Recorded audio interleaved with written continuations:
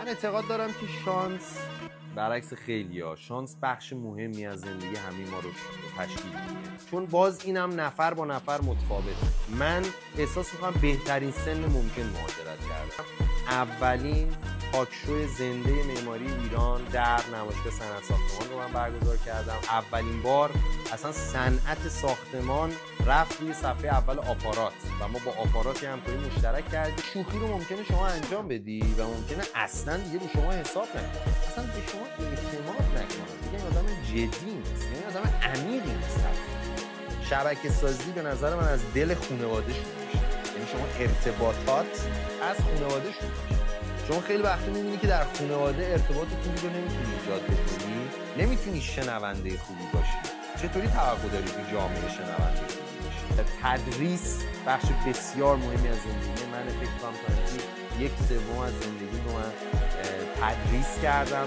کمالگرایی مسئله نیستش که واقعا بشه روی توصیه کارش رو حل کرد. من متاسفانه خیلی ها رو میبینم با دایره روانشناسی در همین فضاهای شبکه‌های اجتماعی و غیره مثلا ویدیو میذارن آقا برطرف کردن مشکل کمالگرایی در 2 دقیقه، یعنی هم کمالگرایی رو مشکل معرفی کرده و همین که میگه 2 دقیقه‌ای بیا حلش کن. شاید اینجا اولین جایی باشه که دارم این رو میگم که مهاجرت برای من یک پیشامد بود و نه یک تصمیم مستقیم، و به خاطر اینکه من کارهای متفاوتی رو در ایران در قالب تدریس، رسانه و کارهای اینچنینی جلو بردم و به یه نقطه‌ای رسید و بر حسب یک اتفاق فقط برای یک ویزیت ساده اومده بودم آلمان و این ویزیت ساده تحت یه سری شرایطی که پیش اومد و کرونا و غیره تبدیل شد به برنامه مهاجرتی و منی که قرار بود دکترام رو از راه دور انجام بدم و کار ایرانم رو پیش ببرم، حالا خوششانسی یا بدشانسی ماجرا این شد که دیگه در آلمان موندگار شدم و قرار شد که دکترام رو اینجا پی بگیرم. بسیار عالی. اما دوست دارم حالا شما خودت یکم اصلا معرفی کنی برای اون دسته از افرادی که شما رو نمیشناسن. اگر ایمان برات وکیلی بخواد خودش رو معرفی کنه چی میگه در مورد خودش؟ ایمان برات وکیلی اگه بخوام معرفی کنم میگم یه آدمی که وقتی وارد یه جمعی میشه سعی میکنه که با خودش انرژی مثبت بیاره و نه انرژی مثبت الکی. سعی کنه که افرادی که تو جمع میبینه رو درگیر بکنه توی گفتمانی که برای همه جذابه. ایمان برات وکیلی سعی میکنه با آدم‌ها دوست بشه و با آدم‌های زیادی دوست بشه و یاد بگیره از آدم‌ها و من فکر میکنم ارزش اصلی که برای خودم تنظیم کردم از دورانی که خیلی سن کمی داشتم این باشه. این میشه معرفی ایمان برات وکیلی. اما اون چیزی که در زندگی اکتسابی پیش اومده برای من شامل تحصیل و غیره اینه که من کارشناسی معماری رو در دانشگاه علم و صنعت خوندم، ارشد طراحی شهری رو در دانشگاه شهید بهشتی و الانم که دیگه توی مراحل دفاع دکترام هستم از دانشگاه KIT آلمان کارلسروه. و کنارش من یه سری فعالیت جانبی داشتم که شاید مهمترین اون در بحث رسانه و برندینگ باشه.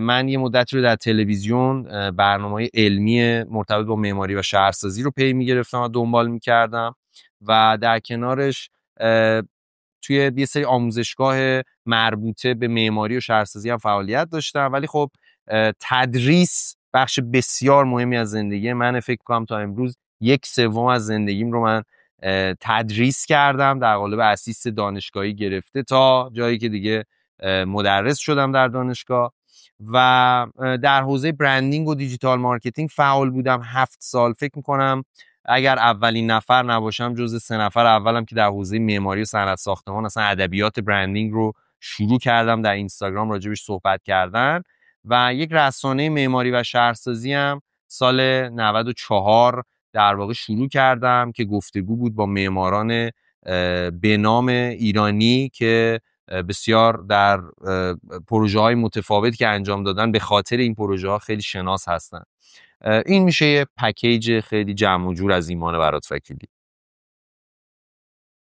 خب عالی. همونطور که ایمان جان توی صحبتات داشتی اشاره می‌کردی، شما تجربه کار در حوزه‌های مختلفو داری. یک مسیر پرفراز و نشیب رو در واقع طی کردیم. حالا من یک سوال دارم.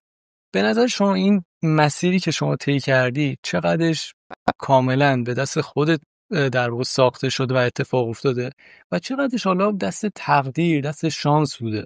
من اعتقاد دارم که شانس برعکس خیلی‌ها، شانس بخش مهمی از زندگی همه ما رو تشکیل میده. یعنی اصلا بدون شانس شما خیلی وقتا اکثر تلاشایی که انجام میدی به نتیجه نمیرسه، به خاطر اینکه شما فکر کن وارد یک فضای تحصیل میشی. من با خیلی از دوستانم که کارشناسی رو با هم شروع کردیم، همه داشتیم از یه امکانات مشابهی استفاده میکردیم. من یک سری شانسایی آوردم که باعث شد که بتونم اسیست بشم در دانشگاه، شانسی رو آوردم که باعث شد در تلویزیون برنامه بگیرم و جاهای دیگه هم منو بشناسن، یعنی تو صنعتم من رو بشناسن. اما باید این رو قبول بکنیم که کارهایی رو میشه انجام داد که آدم شانسش رو ببره بالا توی مسیر. یعنی وقتی شما یک پیش زمینه رو آماده میکنی برای شانس آوردن، اون وقتی که وقتی شانس بیاد و خودش رو به شما نشون بده، شما میتونید بهترین استفادهش رو ازش بکنید. پس من در مجموع اعتقادم اینه که ما شاید این یک جمله خیلی بولدی باشه گفتنش، ولی من اعتقاد دارم ما واقعا در طول زندگی شاید 20% از اتفاقاتی که میفته رو روش کنترل 100% داشته باشیم و 80% بقیه رو عوامل، محیط، خانواده، شهر محل زندگی، محل زندگی، آدم‌هایی که باشون آشنا میشیم و هزاران اتفاق دیگه بالاخص شانس تشکیل میده. ببین منم کاملا موافقم که شانس وجود داره، اما به نظرم شانس برای یک سری از افرادی وجود داره که خودشون در درسته. معرض شانس قرار میدن. یعنی این نیست بگیم شما تحت هر شرایطی با خوششانسی مواجه میشی. به طور قطع شانس وجود داره، یک سری اتفاقات خارج از در واقع اختیار ما رخ میده بدون شک. ولی برای کیا رخ میده؟ برای افرادی که خودشون در معرض شانس قرار دادن، برای افرادی که سعی کردن یک روتینی داشته باشن. حالا من بر اساس تجربه خودم عرض می‌کنم، من بر اساس روتینی که داشتم، حالا به باشگاه میرفتم، با یک فردی آشنا شدن. اون فرد به من خیلی کمک کرد، آدم بسیار به هر حال تاثیرگذاری هستش. ولی اون در چه شرایطی من اصلا رفتم باشگاه؟ در شرایطی بود که من واقعا خسته بودم بعد از فکر کنم 8 ساعت 9 ساعت کلاس دانشگاه. فقط برای اینکه اون روتینمو حفظ کنم رفتم دانشگاه، با اون آدم آشنا شدم و خب خیلی هم خوبه، یعنی خیلی باعث دلگرمی منه وجود اون آدم و میدونم که به هر حال اگر یک موقعی نیاز داشته باشم، به هر سوالی بپرسم، کاری باشه، میتونه بهم کمک کنه. اما این مهمه که من خودم رو در معرض شانس قرار دادم. حالا من نمیدونم شما با این صحبتی که من داشتم موافقی یا اینکه نه شما معتقدی به اینکه جبر وجود داره و اصلا هیچ چیز در اختیار ما نیست و همه چیز بر اساس شانس، بر اساس اتفاق جلو میره توی زندگی؟ ببین جبر و تقدیر یکم شاید گفتگو رو سخت کنه، خب چون کلمه‌هایی که واقعا تعریف‌های متفاوتی رو شاید بشه ازش برداشت کرد، ولی من دقیقاً همین نکته رو بهش اشاره کردم و تاکید میکنم که کاملا موافقم با نکته‌ای که میگی. قرار دادن در معرض شانسه که مهمه. من در دورانی که کارشناسی معماری رو شروع کرده بودم، تو نمایشگاه‌های بسیاری شرکت می‌کردم، توی ایونت‌های بسیاری شرکت می‌کردم و شاید اونجا من رو نمی‌شناختند، ولی وقتی که اونجا یه سلام علیکی شکل می‌گرفت، در حد یه جمله، آقا من این کارو می‌کنم، خیلی خوشحالم شما رو دیدم، دفعه دوم میتونی با 2 تا جمله فالوآپ کنی، دفعه سوم میتونی با 3 تا جمله فالوآپ کنی. حالا این برمیگرده به بحثی که من سال‌هاست توش خیلی سعی کردم عمیق بشم، بحث ارتباطات و شبکه سازی. ولی همین ارتباط هست که باعث این اتفاق میشه که شما احتمال این که یک پروژه‌ای به شما پیشنهاد بشه، یک فرصت جدیدی به شما پیشنهاد بشه رو بالا میبره. پس قطعاً من موافقم که باید یاد بگیریم چطوری خودمون رو در معرض اتفاقاتی قرار بدیم یا افرادی قرار بدیم که شانس پیش آمدهای خوب رو برای ما بالا میبرن. درسته. خب حالا یکم در مورد شبکه سازی صحبت کنیم. اصلا تعریف شبکه سازی چیه؟ آیا یک سری مواردی که ما الان در موردش صحبت کردیم مثل روتین داشتن اصلا تاثیر داره روی این شبکه سازی؟ من روتین سازی و روتین داشتن رو خیلی مفید میدونم برای رشد فردی و توسعه توانایی هایی که ما درون خودمون داریم و میخوایم اونا رو به یه لول دیگه بیاریم، به یه سطح دیگه برسونیم. در کنارش اما این رو شاید من بیارم در انتها بذارم توی همون 20% که تا حدی ما بتونیم روش کنترل داشته باشیم. یعنی اگر شرایط عادی باشه ما بتونیم یک روتینی رو طراحی بکنیم و به این روتین پایبند باشیم و برسیم. اما شبکه سازی شاید بهتر باشه. من با یه مثال یکی از شبکه‌های اجتماعی هستم بزنم، لینکدین. خب لینکدین خب یه شبکه حرفه‌ای، خیلی‌ها میدونن که خیلی آدم‌های مرتبط با حوزه کاری رو میشه اونجا راحت‌تر پیدا کرد و خیلی راحت‌تر میشه یه سری ارتباطات رو پایه‌ریزی کرد در لینکدین. اما جالبه من به شما بگم که لینکدین شروعش و کلاً ایدهش از نامه‌نگاری اومده. یعنی زمانی که آدم‌ها برای همدیگه نامه میفرستادن، چیکار میکردی شما تو نامه؟ شما تو نامه نوشتن شروع میکردی از خودت میگفتی آره من خوبم، من دارم این کارو میکنم، من رفتم مدرسه، من رفتم فلان جا، من اینو دیدم، من اونو دیدم. شروع کردی از این من گفتنها. این 2 تا اتفاق رو رقم زد. یک، پایه‌ای شد برای اینکه آدم‌ها به این فکر کنن بعدها که آقا شاید این منه بتونه در قالب حرفه‌ای تعریف بشه و آدم‌هایی که این من رو نمیشناسن بیان باش آشنا بشن. خب این اتفاق خوبه دیگه. یعنی ما یاد میگیریم چجوری خودمون رو معرفی کنیم در وهله اول و چطوری با آدم‌هایی که با ما مرتبط هستن ارتباط بگیریم. اما یه جای خیلی حساسی هم داره، یه اج خیلی مهمی هم داره که آدم، یه لبه خیلی تیزی هم داره که آدم باید مواظبش باشه و اونم اینه که آدم گیر این منیت نیفته تو ماجرا. خب حالا تو شبکه سازی هم دقیقاً همین 2 تا نکته هست. یک، چجوری خودمون رو معرفی بکنی که بتونیم آدم‌های شبیه خودمون رو که دغدغه مشترکی با ما دارن، نه لزوما من ایمان برات وکیلی همه معمارا رو جمع بکنم، یا الان اگر در حوزه استارتاپی دارم فعالیت میکنم، در حوزه اینویشن دارم مثلا یه سری مشاوره ها رو میدم، کوچینگ ها رو میدم، بیام فقط تو اون حوزه آدم رو جمع کنم. نه، شاید من آدمی رو پیدا بکنم که طرف بانکی باشه ولی دغدغه مشترکی داشته باشه. یعنی نگاهش این باشه که آقا سیستم باید نوآوری باید اتفاق بیفته در سیستم بانکی.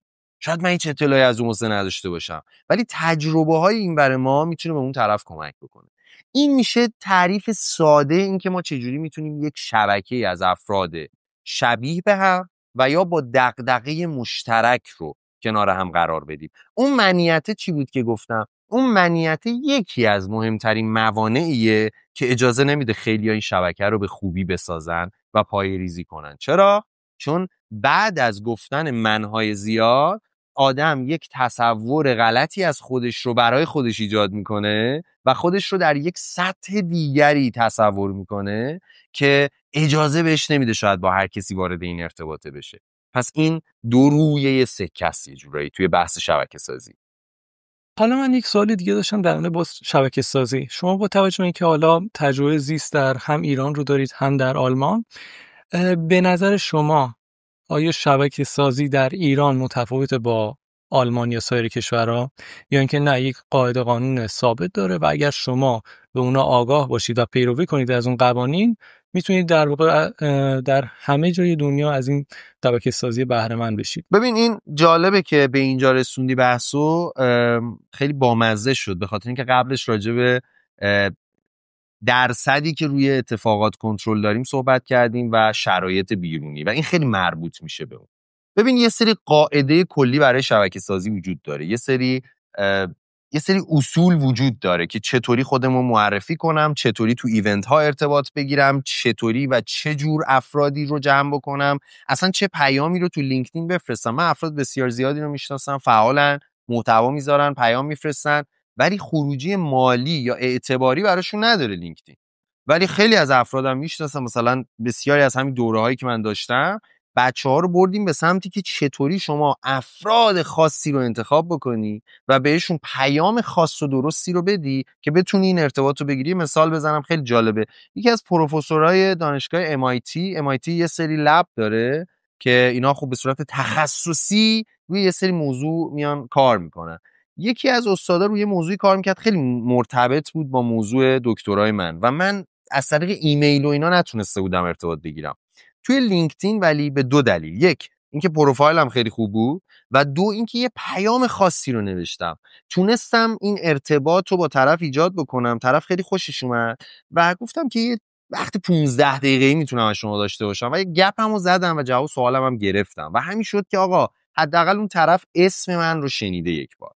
اما وقتی تو لول بالاتر میایم نگاه میکنیم این شبکه سازیه رو، قطعاً فرهنگ جایی که درش هستیم بسیار تاثیرگذار میشه. مثال ما مثلا توی ایران خیلی راحت آقایون دست میدیم با هم، ممکنه بزنیم رو شونه همدیگه اگه توی رده سنی باشیم یا یه ذره با هم آشناتر باشیم، یا 4 تا شوخی هم با هم بکنیم. شما ممکنه وارد یه فرهنگی بشی و اون خوب باشه تو شبکه سازی، یعنی بگن چه آدم شوخ و فان و با انرژیه، ولی همونو میاری توی کانتکست دیگه، مثلا آلمان، همون شوخی رو ممکنه شما انجام بدی و ممکنه اصلا دیگه رو شما حساب نکنن، اصلا به شما اعتماد نکنن، بگن این آدم جدی نیست یا این آدم عمیقی نیست حتی.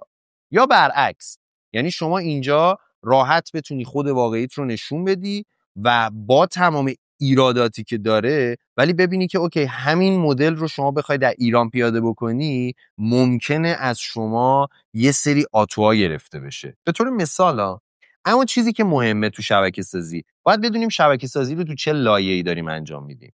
شبکه سازی به نظر من از دل خانواده شروع میشه، یعنی شما ارتباطات از خانواده شروع میشه.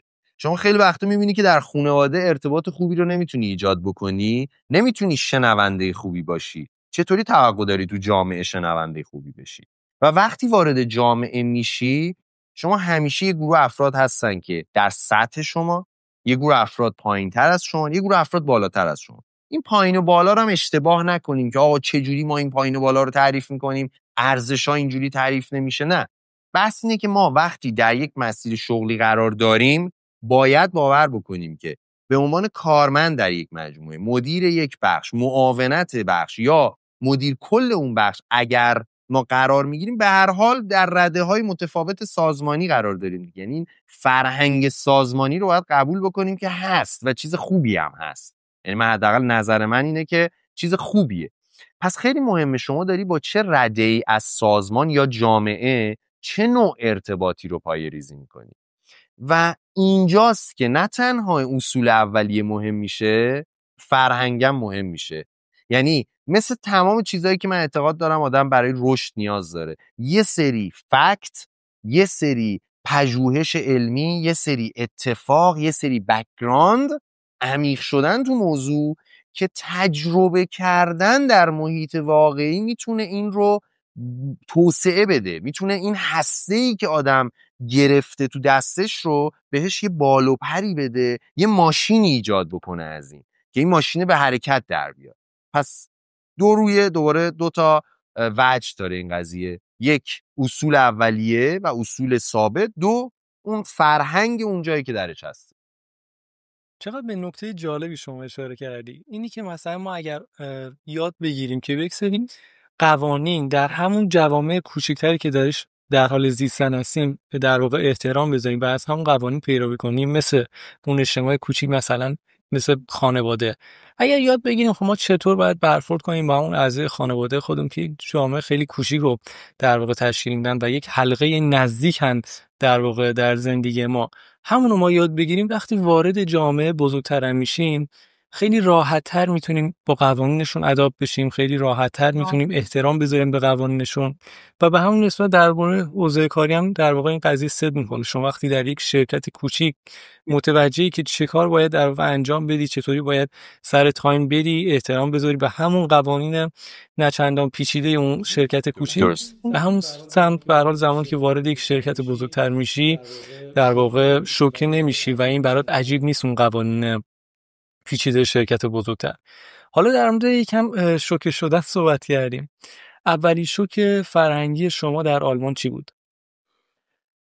ببین چون یه موضوع خیلی قشنگی رو باز کردی، این مربوط به بحث قبلمون میشه، اینو میخوام کاملترش کنم بحث خودم رو، چون نکته‌ای که گفتی یعنی تیکوی خوبی داشتی از اون چیزی که من گفتم بحث خانواده.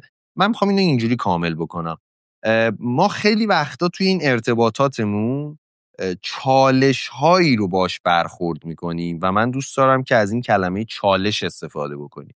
چون برای خود من همیشه مشکلاتی که به وجود می اومد در زندگی، تهدیدهایی که به وجود می اومد، همیشه من سعی می کردم اینا رو سعی بکنم به عنوان یک چالش ببینم، چون اعتقاد دارم هنر حل مسئله فقط توی ریاضیات و غیره نیست. هنر حل مسئله در زندگیه که مهمه.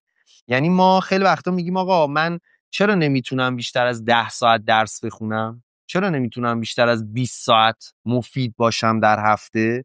چون ما در شرایط سختی قرار نگرفتیم که این انعطاف پذیریه رو ببریم بالا، که بتونیم تو اون شرایط جدید خودمون رو تطبیق بدیم و بتونیم یاد بگیریم که چجوری اگه من فقط 10 ساعت دارم از اون 10 ساعت باید استفاده کنم، نه الان که 160 ساعت دارم الان یه 10 ساعت مفید داشته باشم.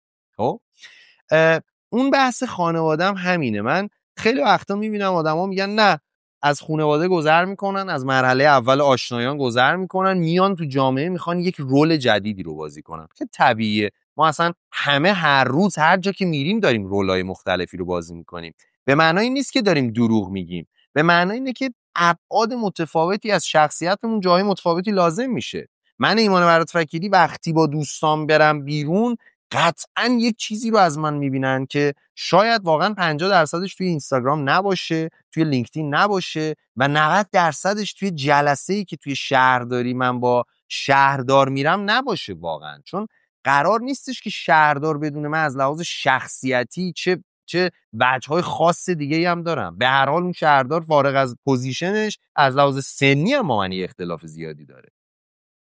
این رو حالا من میخوام همینجا نتیجه گیری بکنم که ما حتی تهدیدهای ارتباطی رو هم باید به عنوان چالش ببینیم.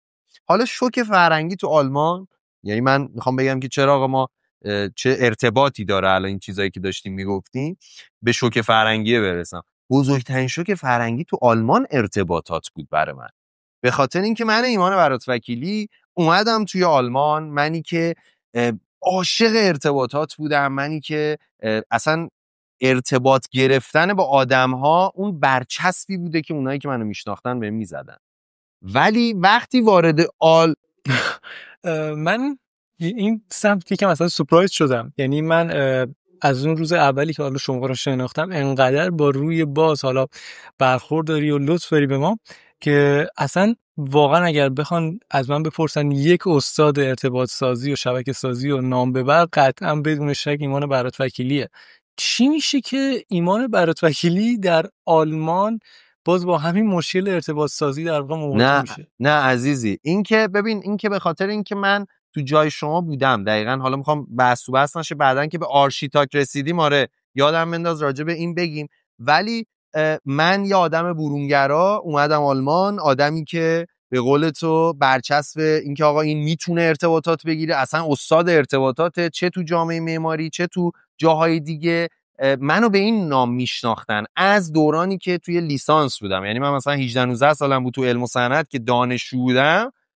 اون موقع از افرادی که توی بخش خدمات دانشگاهمون کار میکردن من رفیق بودم، هنوز عکساشون تو اینستاگرام من هست، با خدماتیای دانشگاهمون تا استادای دانشگاه و تا رئیس دانشکده ها. یعنی من تا این لول ارتباط میگرفتم زمانی که خودم دانشجو بودم، دانشجو کارشناسی بودم و خیلی عجیب بود برای آدم‌ها این قضیه، ولی خب خودم دوست داشتم. اومدم آلمان، دیدم اصلا اینجا بازی یه چیز دیگه است. اینجا اصلا خیلی خیلی خیلی دیر به تو اعتماد میکنن، برعکس ایران که شما ممکنه با دوستت بری یه دوست سومی رو ببینی همون شب بشینید بگید آقا چیکار میتونیم با هم بکنیم، به یه ایدم برسید 6 دفعه دیگه هم با هم برید بیرون، شاید اون بیزنس رو انجام ندید ولی همون شب اول شما سعی کردی اعتماد بکنی. نه حالا نه اینکه اعتمادی بکنی که بعداً پشیمون شی، ولی به هر حال خیلی ما تو ایران راحت‌تر دوست میشیم و ارتباط میگیریم تا یه چیزی ثابت شه دیگه. اینجا برعکسه.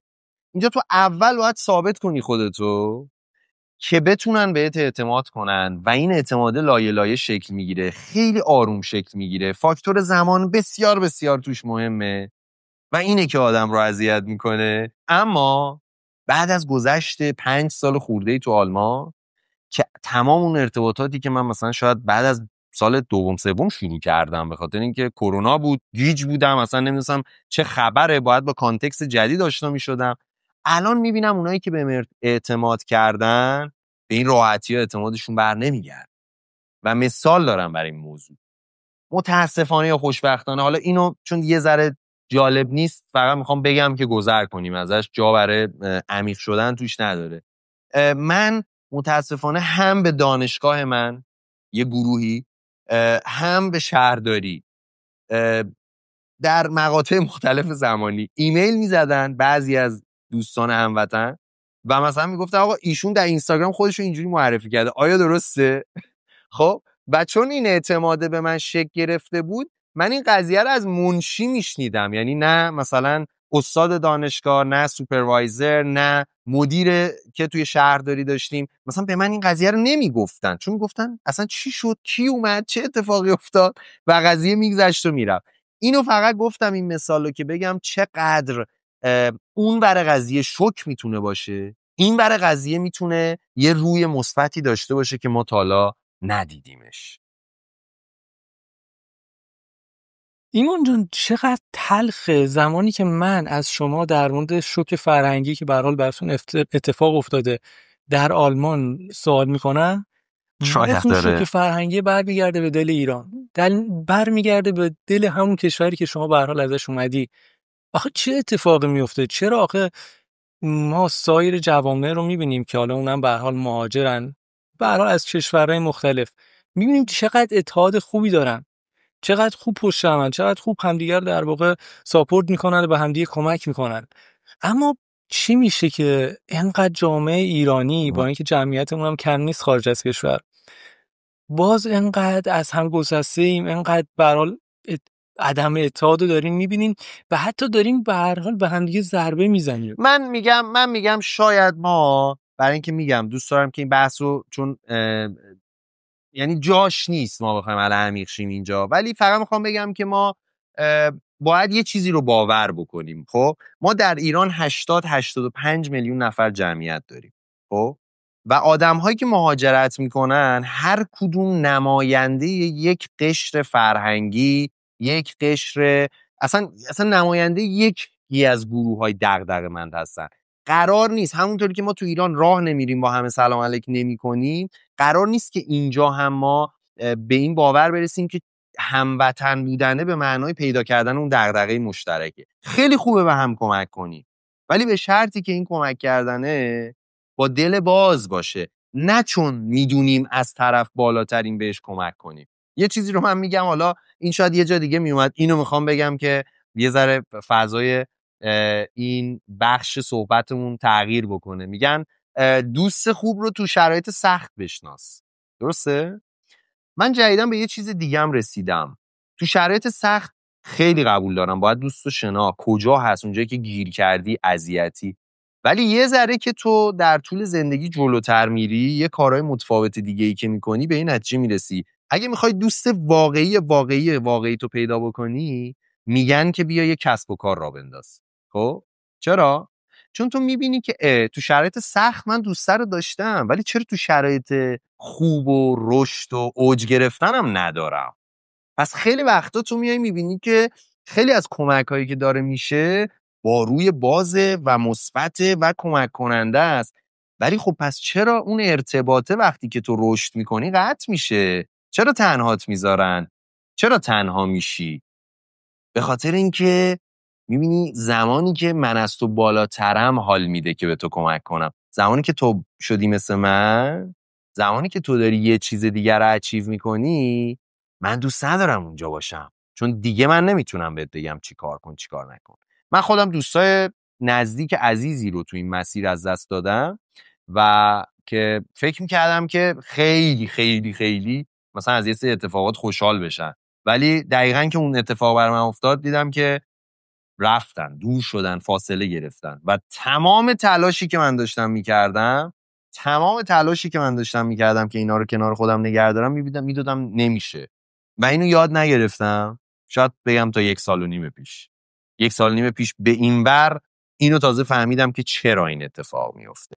چقدر پاسخ هوشمندانه ای من دریافت کردم و دقیقاً همون از اون پاسخ هاست که من دوست دارم در نگرش نو بهش اشاره بشه.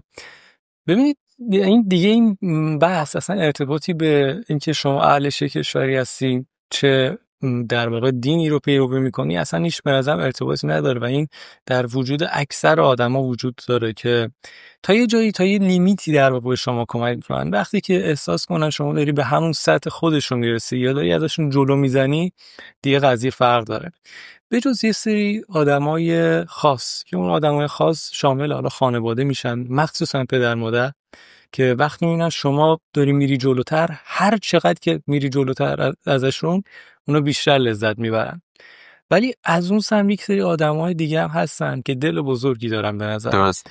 یعنی این باز جزو همون آدمای استثنایی هن، آدمایی که هر جامعه دوست داره تعداد بیشتری از این آدما رو داشته باشه. من میدونم از اون آدمای استثنایی توی زندگی شما وجود داشته. فکر کنم استاد دانشگاه. درسته.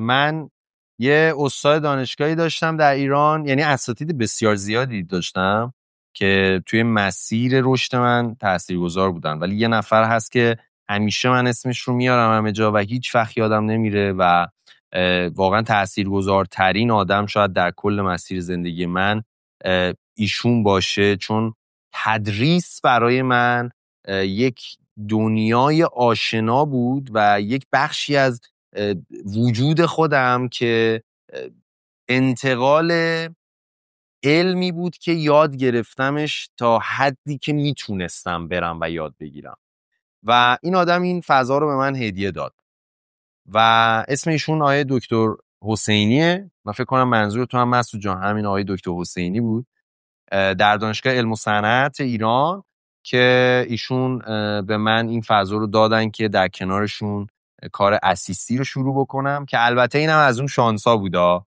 که شانسی که خودتو در معرضش قرار میدی. خب اینم فکر کنم اولین جا باشه، چون این پادکست و این هدفی که شما دارین رو من خیلی دوست دارم اینجا به عنوان اولین جا میگم، حتی در شبکه‌های شخصی خودم هم این رو نگفتم. من میخواستم که اسیست ایشون بشم، خب یعنی برنامه‌شو داشتم. چرا؟ چون ایشون درس روستا رو میدادن و من درس روستا رو یه حد فاصلی بین معماری و شهرسازی میدیدم و چون میخواستم برم شهرسازی میخواستم اسیست این درس بشم. کاری که کردم این بود، ایشون اصلا منو نمیشناخت. یه فرصت داشتم که ایشون منو بشناسه. کجا؟ توی پایان نامه کارشناسی. چون ما توی دانشگاه علم و صنعت هم یه حالت پایان نامه مینوشتیم، همین که یه ارائه داشتیم که باید یه فضایی رو هم طراحی می‌کردیم و اینا در رشته معماری.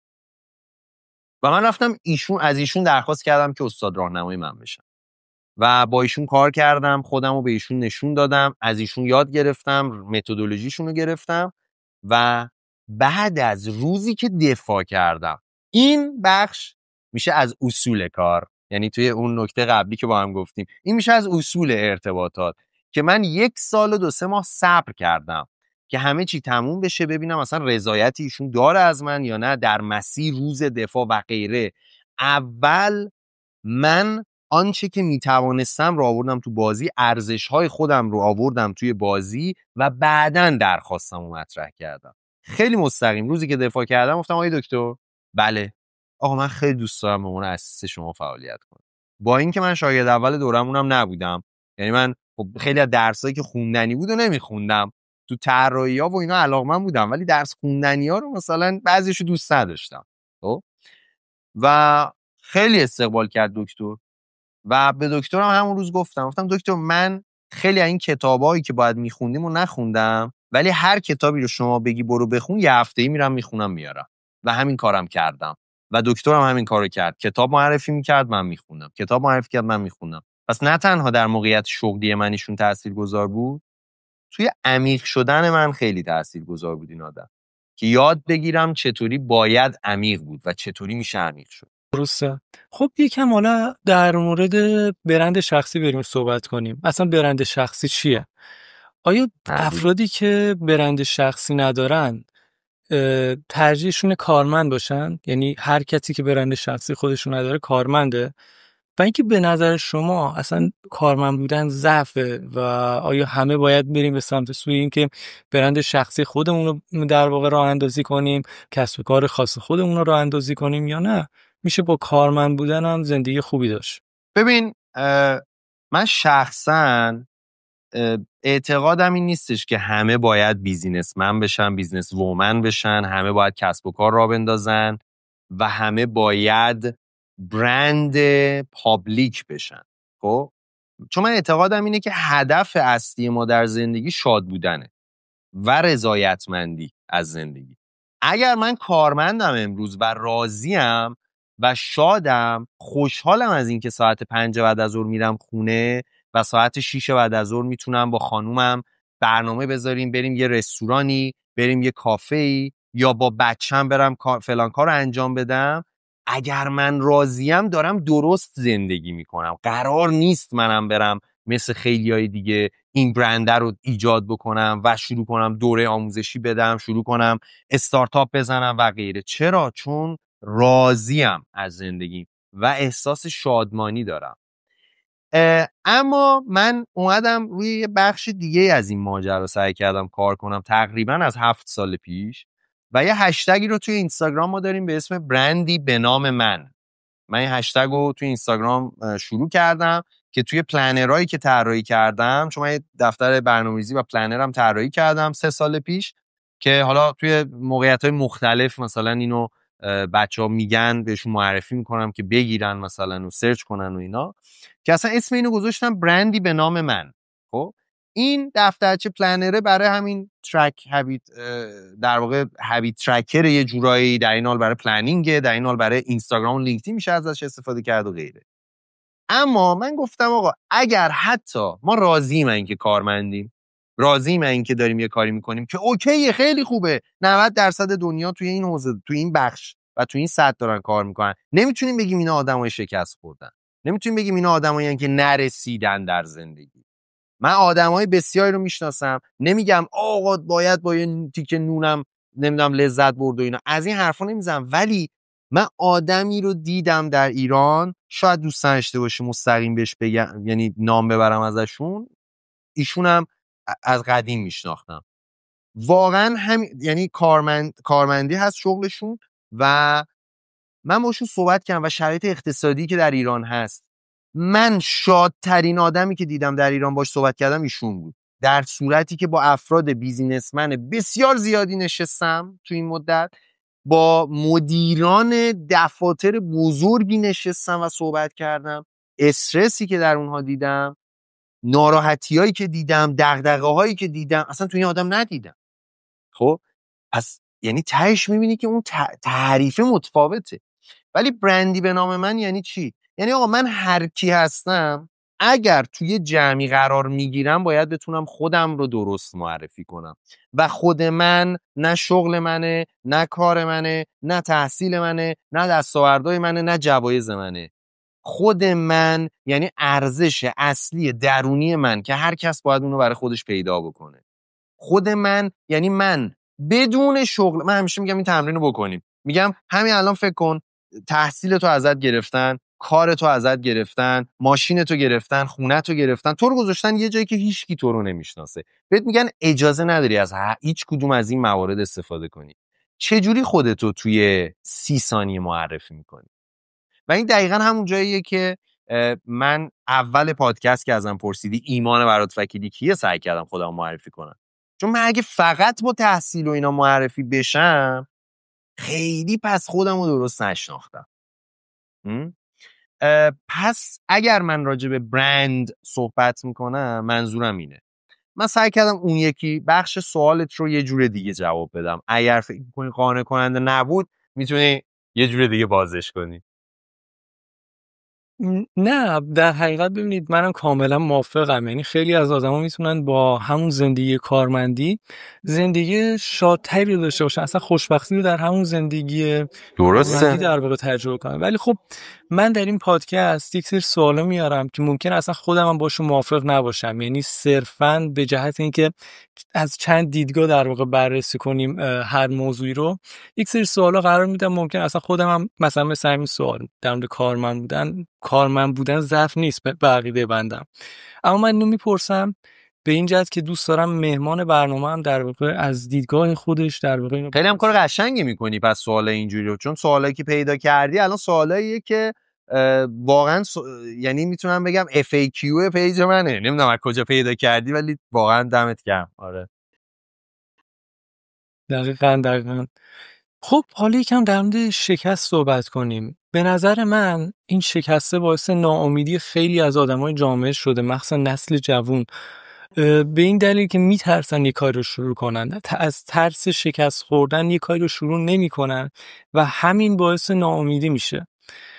من با توجه به رویی که از شما سراغ دارم، حالا گفتگوهایی که پیش از در واقع این اپیزود داشتیم، میدونم که شما خیلی ترس و واهمه‌ای نداری که بخوای از شکست‌ها در واقع یاد بکنی و به نظر من یک شجاعتی در شما به وجود اومده در مورد همین شکست‌ها که خیلی جالبه. انگار ایمان برات وکیلی اصلا ترسی از شکست خوردن نداره. ببین من اگه بخوام بگم ترسی ندارم از شکست خوردن کاملا صادق نبودم، چون همه ما باید بترسیم. یعنی اصلا همین ترس از شکست است که به نظر من باعث انگیزه پیدا کردن میشه خیلی از جاها. یعنی باعث میشه که اون موتوره به حرکت در بیاد و باعث میشه که آدم تعهد پیدا کنه نسبت به مسیری که درش قرار گرفته. چرا؟ چون میترسه که شکست بخوره.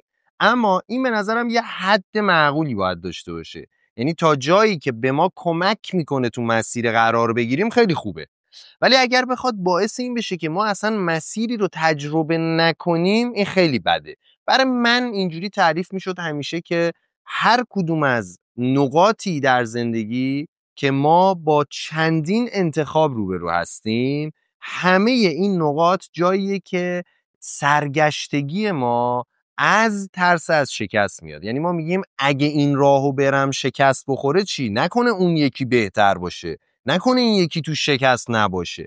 و اینجاست که باید این حد فاصله رو پیدا کرد. برای من تعریفی که کردم اتفاقا توی سوالات قبلی راجع به همین خیلی تاکید کردم که من سعی کردم تهدیدها رو به عنوان چالش ببینم، یا به عبارت دیگه برای پاسخ به این سوال سعی میکنم شکست‌ها رو به عنوان یک درس و تجربه ببینم. و واقعا این شعار نیست، چون در طول مسیر زندگی اون نقطه‌ای که شما شکست خوردی یک نقطه است که شکست خوردی، یک ایده است که شکست خورده، یک تصمیمه که شاید به اشتباه گرفته شده. اما از نقطه‌ای که شروع کردی تا به اون نقطه شکست به اسم به قول خودمون رسیدی، اونجا جاییه که شما تجربه کردی.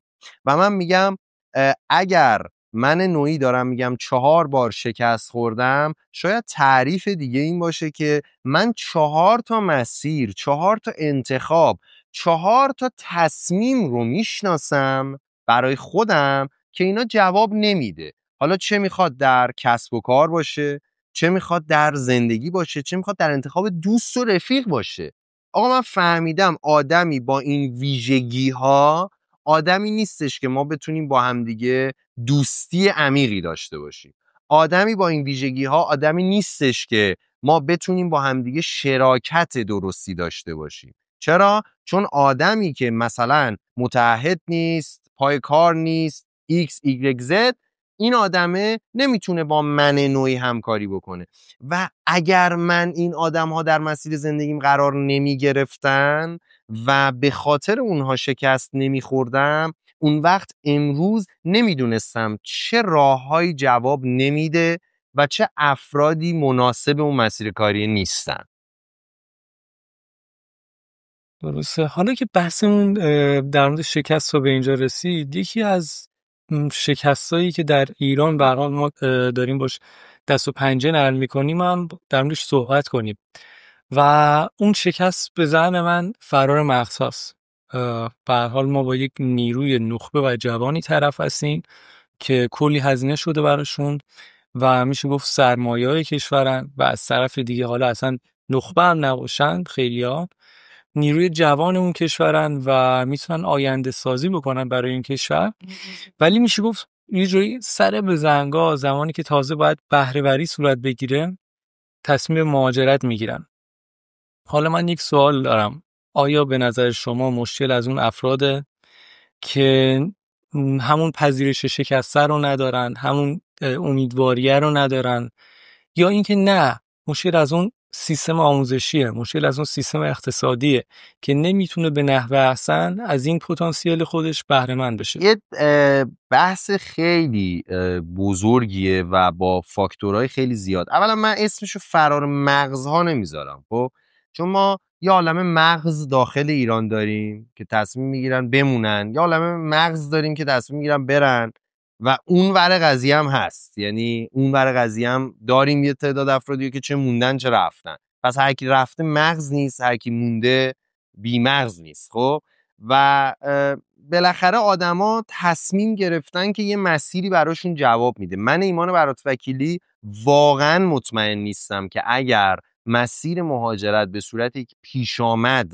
برام رخ نمیداد، آیا واقعا دوباره در مسیر مهاجرت قرار میگرفتم یا نه. با توجه به دایره ارتباطی که داشتم، با توجه به نوع فعالیتایی که داشتم، با توجه به درگیری‌هایی که در مسیرهای متفاوت داشتم، الان منم تو ایران میموندم و باز میخواستم به قول خودمون give it a try، یعنی یه دونه شات دیگه میخواستم بندازم ببینم که آیا توی مسیر دیگه میتونم جواب بگیرم یا نه.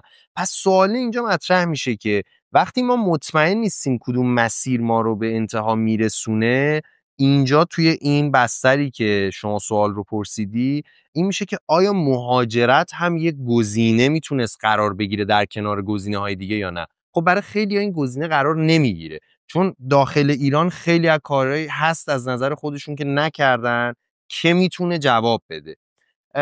این که حالا این اتفاق داره میفته، آره دلایل دیگه ای داره که لزوما مرتبط با افراد نیست. بالاخره آمار رو ما نگاه کنیم میبینیم که آمار مهاجرت یک فاکتوریه و یک نسبتی داره دیگه با شرایط اقتصادی. خب این وقتی زیاد شده در یک بره خاص، شما شرایط اقتصادی و سیاسی رو میای کنارش بررسی میکنی، میبینی که خب اینا تاثیر گذاشته رو این رفتن افرادی که حالا در ایران میخواستن یه کاری بکنن تصمیم گرفتن برن.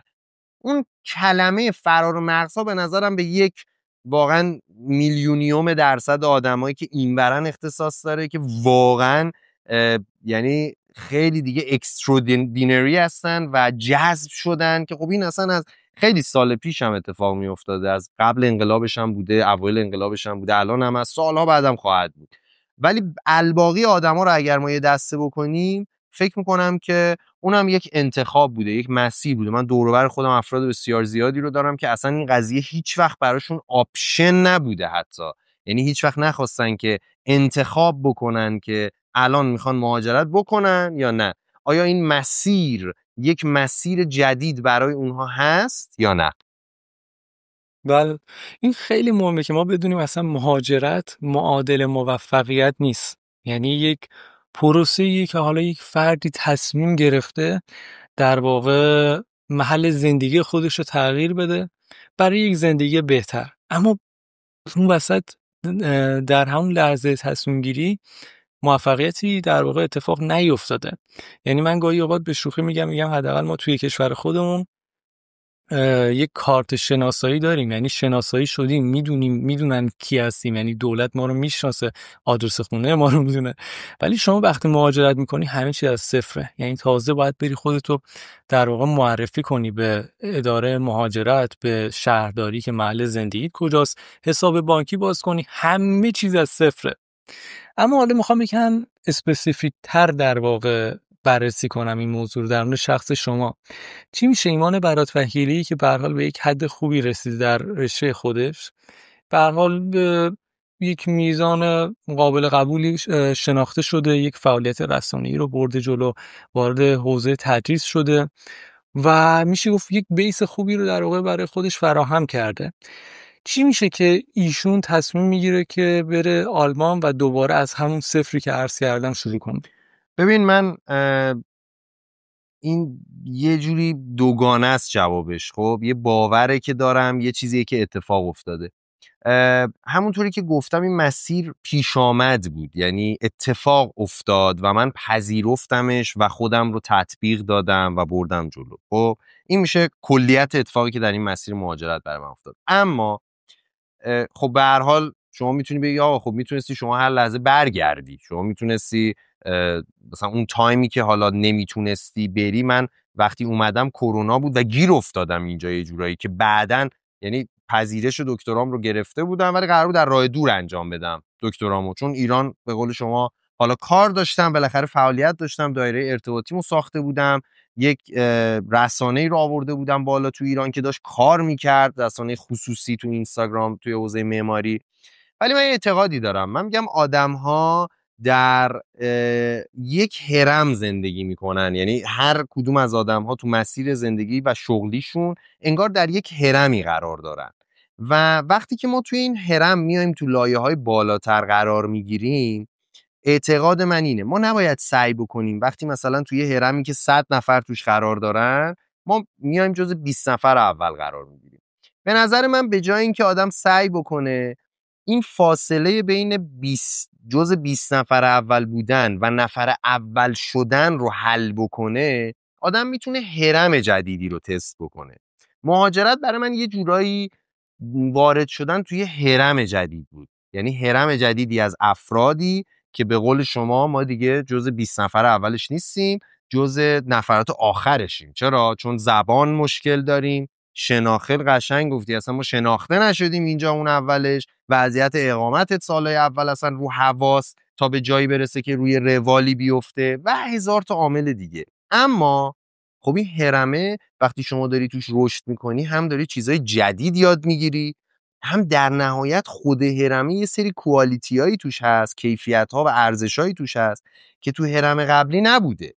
پس من باورم اینه که و اعتقادم اینه، آره برای من خیلی سخت بود این اومدنه و هنوز بعضی وقتا به خودم میگم، یعنی من میخوام اینو واقعا پابلیک بگم، هنوزم من میگم که نمیتونم 100% بگم اگر ایران میموندم با وجود شرایط سیاسی، با وجود شرایط اقتصادی، این تصمیم بدی بود تو ایران موندنه. خب و این برای من نی، برای همه هست. اتفاقا شما یه نکته گفتی راجع به این که هرچی سن پایین تر باشه برای مهاجرت بهتره، من روی این مثلا آرگیو دارم خودم شخصا، چون باز اینم نفر با نفر متفاوته. من احساس میکنم بهترین سن ممکن مهاجرت کردم، یعنی من موندم، لیسانسمو گرفتم، فوق لیسانسمو گرفتم، حتی یه سالم کار کردم، یعنی بجز این که فوق لیسانسم تموم شده بود و سالهایی که حالا درس دادم به عنوان اسیست و کارهای دیگه‌ای که می‌کردم، یه سال فقط کار کردم، یعنی دیگه درسی رو انجام ندادم، تو همین فرایند دکترا و اینا بودم که کنار کار ببرمش جلو. و باز احساس می‌کردم تو خود ایران هرم‌هایی وجود داره که من هنوز اونا رو تاچ نکردم و ورود نکردم به اونها. هیچ کس هم نمیتونه بگه که واقعاً الان شرایط بهتری است یا اون موقع شرایط بهتری بود. اینجا یه سری ویژگی‌ها داره، ایران یه سری ویژگی‌های دیگه داره. پس یه عده 18 سالگی مهاجرت میکنن، شما میبینی یه عالمه حسرت و فکر و تصور براشون مونده که اگه من ایران میموندم هم. من با خیلی‌ها صحبت کردم که 18 سالگی مهاجرت کردن، 20 سالگی مهاجرت کردن، یا تو مشاوره‌های من میان و میگن آره الان مثلا طرف 32 سالشه، 35 سالشه، خونه داره، ماشین داره، شغل داره، استیبل، ارتباطات داره، همه چی اوکی، ولی میگه حیف شد من تایم با خانواده رو از دست دادم. خب یا میگه نه من ایرانم بودم همین کارا رو میکردم چون من خودم تلاش کردم که به اینجا رسیدم. یعنی اصلا عوامل محیطی رو تاثیرش رو نمیبینه. یا برعکس، تو ممکنه تو ایران باشی، تو یه لیگی داری بازی میکنی، یه سری ارتباطاتی داری که 100 تا 100 تا داری پله ها رو میری که توی کشور دیگه اصلا شاید هیچ وقت به اون لول نرسی. اون وقت میبینی که نه اونجا موندن شاید انتخاب بهتری بوده. پس واقعا کسی که مونده نمیتونه بگه اگه میومد اینجا بیشتر رشد میکرد، کسی هم که اومده نمیتونه بگه اگه ایران میموند حتما بدبخت میشد. خب یه مرز خیلی باریکه. باز برمیگردیم به همون نکته، بالاخره ما یه تصمیمی گرفتیم، یه انتخابی کردیم و این یه خروجی داره که داریم باش زندگی میکنیم و تطبیق پذیریه که باعث رشد ما میشه. دقیقاً اصلا یک سری چیزا مثل اون تایمی که شما کنار خانواده‌تون سپری میکنید اصلا قیمت نداره، یعنی هیچ جایگزینی نمیشه براش پیدا کرد. بگیم مثلا اگر فلان مسافرت رو برم میتونه به هر حال جای خالی پدر مادرم رو در واقع پر کنه، فلان دوست میتونه، خیر اصلا به نظرم اون تایم شیرینی که آدم به هر حال با خانواده خودش، خواهر، برادر، پدر، مادر بر سپری میکنه هیچ قیمتی نداره و با هیچ چیزی جبران نمیشه و این خیلی مهمه که بدونی در مهاجرت چی میدی و چی قرار بگیری. و فکر میکنی شما اگر ایران میموندی الان مشغول چه؟ من فکر میکنم با توجه به اتفاقاتی که افتاده، فرض کنیم که تو این جریانات من حضور داشتم. من البته اینجا باید بگم با توجه به مجموع عواملی که پیش اومده، چه حالا اقتصادی سیاسی کشور و چه حتی در حوزه کاری خودمون و افرادی که موندن، افرادی که رفتن، کارهایی که دارن انجام میدن، افرادی که من فکر میکردم افراد ارزشمندی ان به خاطر مسائل مادی حالا تغییر رویه دادن توی 2-3 سال اخیر و من دیدم نه، اینام نتونستن تحمل بکنن و اون ارزش ها رو حفظ بکنن و هزار تا عامل دیگه. من فکر میکنم که اگر من ایران میموندم 2 تا مسیر رو خیلی جدی دنبال میکردم. یکی مسیر تدریسم بود که اومدم اینجا، واقعا اونو دارم دنبال میکنم. در ایرانم فکر میکنم میرفتم جلوتر، حالا برای استاد دانشگاه شدن، هیئت علمی شدن و اون مسیر یکی از مسیرهایی بود که دنبال میکردم و چون من همیشه 2-3 تا مسیر رو دوست داشتم با هم ببرم جلو، قطعا مسیر رسانه معماری من به همون شکل جلو میبردم. من رسانه‌ای که راه اندازی کرده بودم، اولین تاک شو زنده معماری ایران در نمایشگاه صنعت ساختمان رو من برگزار کردم. اولین بار اصلا صنعت ساختمان رفت روی صفحه اول آپارات و ما با آپاراتی همکاری مشترک کردیم سال 95 که اصلا آپارات هم بزرگ شده بود، هم انقدری نبود که مثلا برای هر بخشش بخواد حالا هزینه پول بگیره که شما تبلیغاتی بیای بالا. شما باید قرارداد مشترک می‌بستی با مدیر آپارات که بتونه صفحه اول شما رو نشون بده، یا مدیر محتوای آپارات که بتونه شما رو بیاره صفحه اول. و ما خب این کارا رو انجام دادیم، خیلی جالب بود و قطعا من کارهای خلاقانه تری در اون بخش رسانه‌ای انجام میدادم اگر اتفاق دیگری نمیافتاد. پس یه روی رسانه‌ای ایمان برات وکیلی باقی میماند و روی آکادمیک هم فکر میکنم دنبال میکردم. این تصور فردیمه. حالا در کنارش هم میگم من مشاور برندینگ و دیجیتال مارکتینگ دفاتر معماری و بعضی از برندها تو صنعت ساختمانم بودم. اینکه حالا تو این صنعت میموندم یا صنعت رو عوض میکردم یا مثل امروز واقعا بیشتر تو بحث شبکه سازی و ارتباطات عمیق میشدم در ایران، این دیگه سوالیه که جوابش 100% وابسته بود به شرایط دیگری که پیش میومد تو این مسیر. دقیقا. حالا ما در مورد خوششانسی صحبت کردیم که حالا اگر اینطوری میشد اون اتفاق مثبت رخ میداد، اگر یه اتفاق دیگه میافتاد یک اتفاق مثبت تری رخ میداد. اما در مورد بدشانسی هم بگیم دیگه، یعنی یک سری اوقات هست واقعا همونطور که میگم یک نیروی انگار خارج از اراده ما یه کارایی رو انجام میده، حالا از اون سمت یک طرف منفیشو برای ما انجام میده، یعنی یک اتفاق منفی برای ما رخ میده. حالا چه بسا شما اگر ایران میموندی در واقع ممکن شرایط بدتری میداشید. و حالا یک سوال من دارم در مورد این که اگر یک فردی در جایگاه شما پس از یکی از همون شکستایی که حالا تا حدودی در موردش صحبت کردیم باشه، چطور میتونه مسیر جدید خودش رو بازطراحی کنه؟ ببین قبلش راجع به این صحبت کردی که خوششانسی و بدشانسی، گفتم موافقم با در خوششانسی گفتیم، از خوششانسی گفتیم، بذار بدشانسی هم بگیم. بدشانسی خیلی من تو آلمان یعنی از ایران من خیلی بیشتر بدشانسی تو آلمان آوردم تو زمینه‌های متفاوت و مخصوصا کاری. یعنی به طرز خیلی جالبی من کار در سطوح مختلف بهم پیشنهاد شد در یه بازه‌ای توی استیت، یعنی توی ایالت مثلا پوزیشن بهم پیشنهاد شد، توی شهرداری پوزیشن بهم پیشنهاد شد، توی یک فاندینگ ارگانیزیشن که کار اینوستمنت انجام میدادن یک پوزیشن خیلی بالا بهم آفر شد. اینا تو همش توی مدتی بود و خورد به زمانی که آلمان درگیر انتخابات زود هنگام شد. یعنی دولت اعلام کرد که دولت ائتلافی فرو پاشید یه جورایی و این باعث شد که خب ندونن چه اتفاقی میفته، نخست وزیر بعدی اصلا کیه، از چه حزبیه، قراره چه سیاست‌های جدیدی رو بیاره و همه اون آفرها با هم دیگه یهو همش رفت رو هوا و خب خیلی نقطه حساسی هم بود، چون یه جایی بود که من دیگه باید اون جامپی که باید رو میزدم و اتفاقی میافتاد. ولی خب همه نشدنهای اینها باعث شد که من توی مسیر جدید دیگه ای قرار گرفتم و هنوز هم باز دارم دنبال میکنم ببینم که این دلیل، این مسیر، این اتفاق، این تصمیم چجوری همش یه جا جمع میشه و به یه خروجی میرسه. پس یا خیلی از بچه‌ای که الان که داریم حالا این پادکست رو ضبط میکنیم، سفارت آلمان چند وقته که بسته است، سفارت‌های دیگه چند وقت بسته بودن. خب اینام بدشانسی آوردن دیگه. این افراد، اونی که 2 هفته قبلش رفته سفارت کارش انجام شده یا 2 روز قبلش ویزاش اومده، این بدشانسی رو نیاورده و قطعا در تصورات خودش اینه که آقا من خوش شانس بودم، در صورتی که این شرایط نرمال بوده. یعنی شرایط نرمال اینه که شما بری ویزاتو بگیری، یه اتفاقی در کشور ما افتاده، یه جنگی شکل گرفته که شما نتونستی بری ویزاتو بگیری، یه عده بدشانسی آوردن. یا اون کسی که بعد 20 سال پا شده رفته ایران، دقیقاً خورده تو تایمی که جنگ شده، پروازا کنسل شده.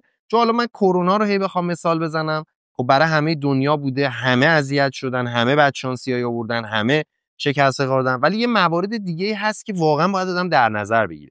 پس اینا پیش میاد تو مسیر، امروز و فردا نیست، دیروز نیست. این همیشه من این بعد جنگه میگم نسل‌های قبلی به ما میگفتن نه دیگه شما ببین هی غر میزنین، جنگو تجربه نکردی. تازه اون 7-8 سال درگیری به اون شکل بوده، ما مثلا 12 روز درگیری بودیم و با چیزای دیگه، ولی الان شما میگی آقا اینم ما تجربه کردیم الان. یعنی یه جنگی هم بوده، چه اونی که اینور بوده یه جوری تجربه کرد، چه اونی که اونجا بوده، چه اونی که یه نفر از دست داده. خب جنگ همیشه بده دیگه، یعنی اصلا با این نمیشه مخالفت کرد. یا جنگ و ویرانی و از دست رفتن آدم‌ها این بده، این اصلا مخالف هر گونه احترام به حقوق فردی، احترام به آزادی فردی و غیره. خب پس آدمایی که در معرض این قرار گرفتن بدشانسی آوردن. کسی که میاد مثل من میخواد به قول شما یه اتفاقی رو رقم بزنه، یا مثل امثال من که از صفر شروع میکنه و سعی میکنه خودش رو تطبیق بده. من نمیخوام بگم یکی مثل من میاد موفق میشه. من تعریف موفقیتم شاید یه چیزی باشه که شما قبول نداشته باشی، دیگری قبول داشته باشه. خب پس من باید اول ببینم خودم چی جوری موفقیت رو تعریف میکنم. من اینجا آدم‌هایی رو میشناسم که خیلی لذت میبرم، میاد میگه من الان موفقم. یا تو که هنوز مثلا تو خوابگاه داری زندگی میکنی و هنوز شغلم نگرفتی، وضعیت ویزات هم که رو حواس و غیره. میگه آره ولی تو ایران بودم یه دونه این کارا رو بلد نبودم خودم انجام بدم. یعنی میگه تو ایران بودم من شناسنامه‌مون بلد نبودم چجوری تمدید کنم، باید با بابام میرفتم، باید با مامانم میرفتم، باید زنگ می‌زدم پسر خالم بیاد کمکم. اینجا پا شدم مدرک هویتی که خیلی قشنگ تو گفتی رو رفتم دنبالش گرفتم، خونه رفتم گرفتم، همین خوابگاهی که شما میگی رو رفتم اجاره کردم، دارم اجاره میدم، کار دانشجویی گرفتم، خریدمو سر وقت میکنم، لباسمو اتو میکنم. آقا اینا تسکه. من یعنی شبکه‌های اجتماعی یه کاری کردن با ما، با همه آدم‌ها، که شما انگار تا به اون نقطه قله نرسی انگار تموم نشده مسیر. خب تموم نمیشه هیچ وقت. به نقطه‌ام برسی باز یه اتفاق دیگه از یه شرایط دیگه ای است. من بعضی وقتا تو بعضی جلسه مشاوره میگم اگه منتظری فلان اتفاق بیفته که فلان کارو شروع کنی، بهت قول میدم 2 ماه دیگه از الان سخت‌تره. میگه آقا امید چرا نمیدی؟ میگم آخه امیدواری رو هوا نباید داد که. شما 2 ماه دیگه ممکنه اتفاق بدتری بیفته. الان باید یاد بگیریم با شرایط تطبیق بدیم. یه دونه نکته دارم من برای کسی که میخواد هر کاری رو از صفر شروع بکنه. یاد بگیریم چجوری با شرایط خودمون رو تطبیق بدیم. یاد بگیریم چطور با منابع موجود، با داشته‌های موجود، با توانایی‌های موجود، با مهارت‌های موجود انعطاف پذیری خودمون رو بالا ببریم. این بزرگترین درسیه که هر کسی میتونه بگیره و هر کسی میتونه واقعا taking to consideration بکنه برای خودش، در نظر بگیره تو این مسیر که بتونه به اون رشدی که دلش میخواد برسه. درسته. این شبکه‌های اجتماعی الان یک کمالگرایی رو دارن وارد کل جوامع میکنن، نه اینکه صرفا بگیم فقط جامعه ما دو چندان، به دلیل به نظرم عدم وجود سواد رسانه کافی که حالا یکی از اهداف من اصلا در همین پادکست اینه که به این مسئله سواد رسانه اشاره بکنم حتما و در آینده و در اپیزودهای آینده بهش اشاره هم خواهیم کرد. یکی از تأثیرات مخرب همین شبکه‌های اجتماعی اینه یک کمالگرایی عجیب غریبی رو در جامعه ما به وجود آورده، مخصوصا بین نسل جوان. یعنی به این چیزی که شما هر چقدر تلاش میکنی باز به اون حدی که داری در شبکه‌های اجتماعی میبینی نمیرسی.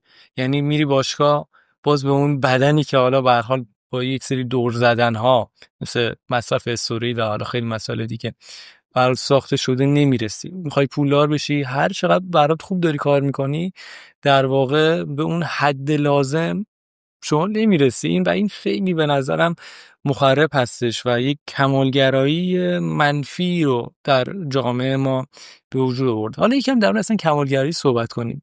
به نظر اگر میخوایم حالا یکم کوتاه و مختصر در واقع در مورد راه‌های مقابله با کمالگرایی صحبت کنیم، شما به هر حال پیشنهاداتتون به چه صورت هستش؟ ببین، کمالگرایی مسئله نیستش که واقعا بشه با یه توصیه کارش رو حل کرد. من متاسفانه خیلی ها رو میبینم با داعیه روانشناسی در همین فضاهای شبکه‌های اجتماعی و غیره مثلا ویدیو میذارن آقا برطرف کردن مشکل کمالگرایی در 2 دقیقه.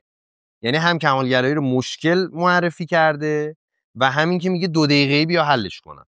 خب اولندش که برای همه مشکل نیست این قضیه و همه کمالگرایی هم مشکل نیست. شما یه درصدی از کمالگرایی رو لازم داری بعضی وقتا در کنار همون ترس از شکسته که شما رو بتونه تو اون مسیره حرکت بده رو به جلو، که تو بدونی که شایستگی هایی شاید داری که هنوز بهشون توجه نکردی، نه اینکه اگر دیگری یه شایستگی داره قطعا تو هم باید اونو داشته باشی. آقا من در ارتباط خوبم، شاید در مثلا تحقیق کردن خوب نباشم، شاید در مثلا دنبال فلان موضوع رفتن خوب نباشم، شما در اون مسئله خوبی. خب کمالگرایی یعنی همه اون چیزهایی که روی میز میتونه قرار بگیره رو بخوایم برای خودمون داشته باشیم، در حد اعلای خودش داشته باشیم، بدون توجه به توانایی ها و ظرفیت های فردی. ما یه چیزی داریم به اسم ظرفیت واقعی، یه چیزی داریم به اسم ظرفیت کاذب. یعنی من بخوام جواب مستقیم تری بدم به این سوال شما، ما جای برنده میشیم در مقابل کمالگرایی منفی که بتونیم ظرفیت واقعی خودمون رو بشناسیم و اگر جایی ظرفیت کاذبی رو داریم از خودمون ارائه میدیم بدونیم که این گذراست، الکی روش خیلی حساب نکنیم. یعنی چی؟ یعنی آقا من یه هفته 120 ساعت درس خوندم و کار کردم و فلان، یعنی کلا مثلا 4 ساعت در خوابیدم و ناهار و شام و صبحونم هم تو نیم ساعت انجام شده، بقیه‌اش کار کرد، تحت فشار بودی. اما یه هفته اینجوری کار کردی، هفته بعد 60 ساعت کار کردی، هفته بعد 20 ساعت کار کردی. من همیشه میگم راندمان شما میانگین 3 ماه کاری شماست. تازه میگن سالیانه باید بررسی کنی، من میگم 3 ماه. خب حالا چه 3 ماهی یه وقت شما یکی رو خدای نکرده از دست دادی، یه اتفاق بدی افتاده یا یه اتفاق خوبی افتاده که اصلا به خاطر اون انگیزه داشتی، شما میانگین اینو بگیری میشه ظرفیت واقعی شما. فراتر از این کاذب داری عمل میکنی و اینجاست که آدما ناراحت میشن. همون آدمی که میگی باشگاه میره میگه آقا من باید 6 روز برم باشگاه، 2 هفته میره 6 روز باشگاه، هفته سوم مریض میشه میفته. چون آقا شما با غذا همونقدر بخوری، ویتامین هم مصرف کنی و اصلا تو بیست اونجوری نیست که الان بتونی بری 6 روز در هفته باشگاه. باید اون 2 ساله رو بری، 3 ساله رو بری، پایه رو بسازی، بعد بگی من میخوام که حرفه‌ای ورزش کنم، حالا 6 روز میخوام برم باشگاه. خب پس شناخت ظرفیت واقعی خودمون رو بشناسیم و این ظرفیت واقعی هم فقط با تحلیل خودمون در یک بازه زمانی طولانی به دست میاد، نه فقط 1 روز، نه فقط 1 هفته و حتی نه فقط 1 ماه. این تنها توصیه‌ای که من دارم برای مقابله با کمالگرایی منفی. درسته. شما به عنوان فردی که معتقدید که در زمینه‌هایی که ما تخصص کافی رو نداریم و دانش کافی رو هم نداریم نباید اظهار نظر کنیم، جالب برام بدونم که آیا تا به حال توصیه اشتباهی بهتون شده؟ اصلا بدترین توصیه اشتباهی که به ایمان برات وکیل شده چیه؟ بدترین توصیه‌ای که به من شد این بود که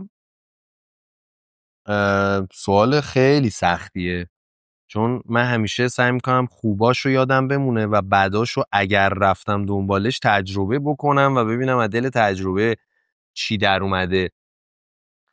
ببین واقعا شاید نتونم الان دقیق بگم، خیلی یعنی جزئی و کسب و کاری باشه شاید این موردی که میگم. مثلا من یه دوره تمرکزم روی یک صنعت خاص بود در اینستاگرام، در صنعت ساختمان و معماری تمرکز داشتم و خب اون موقع که تایمش نبود یه توصیه رو از یه نفری دریافت کردم که آقا بیا عمومی کار کن، یعنی بیا مثلا یه نکاتی رو بگو که به درد همه صنایع بخوره، در صورتی که اون موقع وقتش نبود و من یه مدتی این رو توی بازی گرفتم. یه ذره شخصیت کاری منو تحت شعاع قرار داد این تصمیمی که گرفتم برای کوتاه مدت، ولی بجز اون من فکر میکنم که اگر توصیه اشتباهی یا بدی یادم نمیاد دلیلش اینه که من بسیار طرفدار مشورت کردنم. یعنی خیلی اعتقاد دارم که مشورت کردن بسیار کار مهمیه و واجبه برای همه. یعنی همه باید مشورت بکنن در مسیر زندگی با آدم‌هایی که قبولشون دارن. اما مشورت کردن به این معنا نیست که شما اگر نظر کسی رو یا ایده کسی رو نسبت به این موضوعی میخوای یا توصیه کسی رو میخوای حتما بری اون کار رو انجام بدی. من خیلی اعتقاد دارم به مشورت گرفتن. تقریبا برای 90% 95% کارهام حداقل نظر 2-3 نفر رو مرتبط با اون موضوع میگیرم، اما میشنوم و سعی میکنم تصمیمی رو بگیرم که نگم توصیه فلانی بوده، برای همین یادم نمیاد. چون من خیلی بدم میاد آدم یه اشتباهی بکنه بعد بگه فلانی باعث شد من این اشتباه رو بکنم. برای همین من سعی میکنم تصمیمایی که میگیرم حتی بر پایه نظر کسی جوری اون تصمیم رو بگیرم که اگر به شکست منجر شد خودم رو مسئولش بدونم. چون ته قصه آدمی قدرت اختیار داره و انتخاب هر مسیری مسئولیت صدش با خود آدمه. برای همین شاید واقعا تنها چیزی که بتونم بگم همین باشه. درسته. حالا یکم بس اومد و من پاسخ یکی از سوالات خودم رو نگرفتم. اگر یک فردی میخواد بعد از شکست خوردن مسیر جدید رو برای خودش بازطراحی کنه، در واقع شما چه پیشنهاداتی بهش دارید؟ چه راهنمایی میتونید برای این دسته از افراد داشته باشید؟ دوباره شروع کنه. میخوام کوتاه‌تر از دفعه قبلی اینو بگم. دوباره شروع کنه کار جدید. ببین من الان یه جوری شده طرف میاد جلسه مشاوره 24 سالشه 26 سالشه، خب و میگه آقا من 26 سالمه فلان اتفاق نیفتاده. میگم اوکی، حالا نمیشه تو 28 سالگی بیفته؟ نمیشه تو 30 سال؟ این عددا، یعنی تا قبل 30 سالگی شما این عددو داری که آقا تا 30 سالگی من باید به این نقطه برسم. میشه از 28 سالگی تا 30 سالگی. و بسیار من مورد دارم که توی مشاوره با من میان، توی این جلسات کوچینگ هم میان و با هم حرف میزنیم و من میبینم که داره 2 سال تا اون تایم رو بر خودش واقعا زهر میکنه به خاطر اینکه میدونه تو اون 30 نمیرسه. حالا سوال اینه شما تو 30 نرسیدی، تو 31 برسی، تو 32 برسی، تو 33 برسی، چه اتفاقی میفته؟ این تعریف رسیدنه به نظرم باید عوض بشه. اونجاست که شما میتونی نقشه راه برای هر کاری که دلت میخواد داشته باشی. شما میتونی 40 سالگی شروع کنی یه کار جدید انجام بدی، تو 50 سالگی تاپ حوزت باشی. خب مگه بالاخره ما پلن نداریم 50 سالمون بشه؟ ایشالله که همه سلامت باشن و برسن به سنای خیلی خیلی بالا. خب و هیچی از این ارزشمندتر نیست که ما سلامت باشیم. ولی چرا نشه تغییر داد؟ آقا من ایمان برادفکری شاید 40 سالگی تصمیم بگیرم اصلا برم مشاور مالی بشم، اصلا ارتباطات و برندینگ و اینا رو ول کنم، بخوام برم پزشکی بخونم، ببینیم آقا هوش مصنوعی چی میشه. شاید تونستیم تو خونه پزشکی رو دنبال کنیم مثلا، یا هر اتفاق دیگه ای. یا الان مثلا میگن هوش مصنوعی اومده، برم دنبالش یا نه؟ این سوالاست. میگه برم دنبالش یا نرم؟ نکنه برم نشه. خب چی نشه؟ تو میری توی مسیر و یاد میگیری چطور با چند تا ابزار بروز کار بکنی. اگه به دردت میخوره. به دردت نمیخوره چرا باید بری؟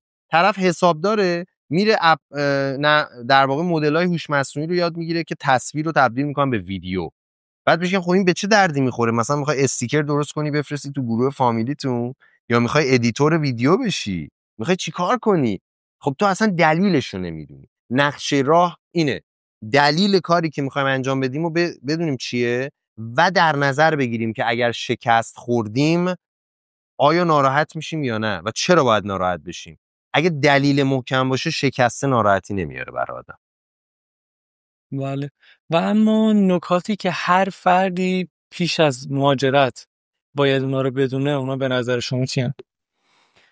اول از همه هر جایی رو میخواید انتخاب بکنید برای مهاجرت، لطفاً کشور رو در نظر بگیرید، شهر رو در نظر بگیرید، دانشگاه رو در نظر بگیرید. شرایط سخته، همه میخوان الان بزنن بیرون و با 90% حداقل اونایی که من صحبت میکنم میگه فقط میخوام بیام بیرون. من نمیتونم بگم این درسته یا غلطه، ولی میتونم بگم که افرادی که اینجا باشون صحبت کردیم، خود من تو اینجا انقدر اون تنهاییه رو کشیدیم و سختیه رو کشیدیم و اتفاقات عجیب غریب افتاده که بعضیا تو این مسیر از دست رفتن. یعنی مورد کم نداریم که اومدن برگشتن و نه به خاطر اینکه نمیخواستن بمونن، به خاطر اینکه از لحاظ روحی، سلامت روح به نقطه‌ای رسیدن که دیگه موندن اینجا کار درست و انتخاب سالمی براشون نبوده.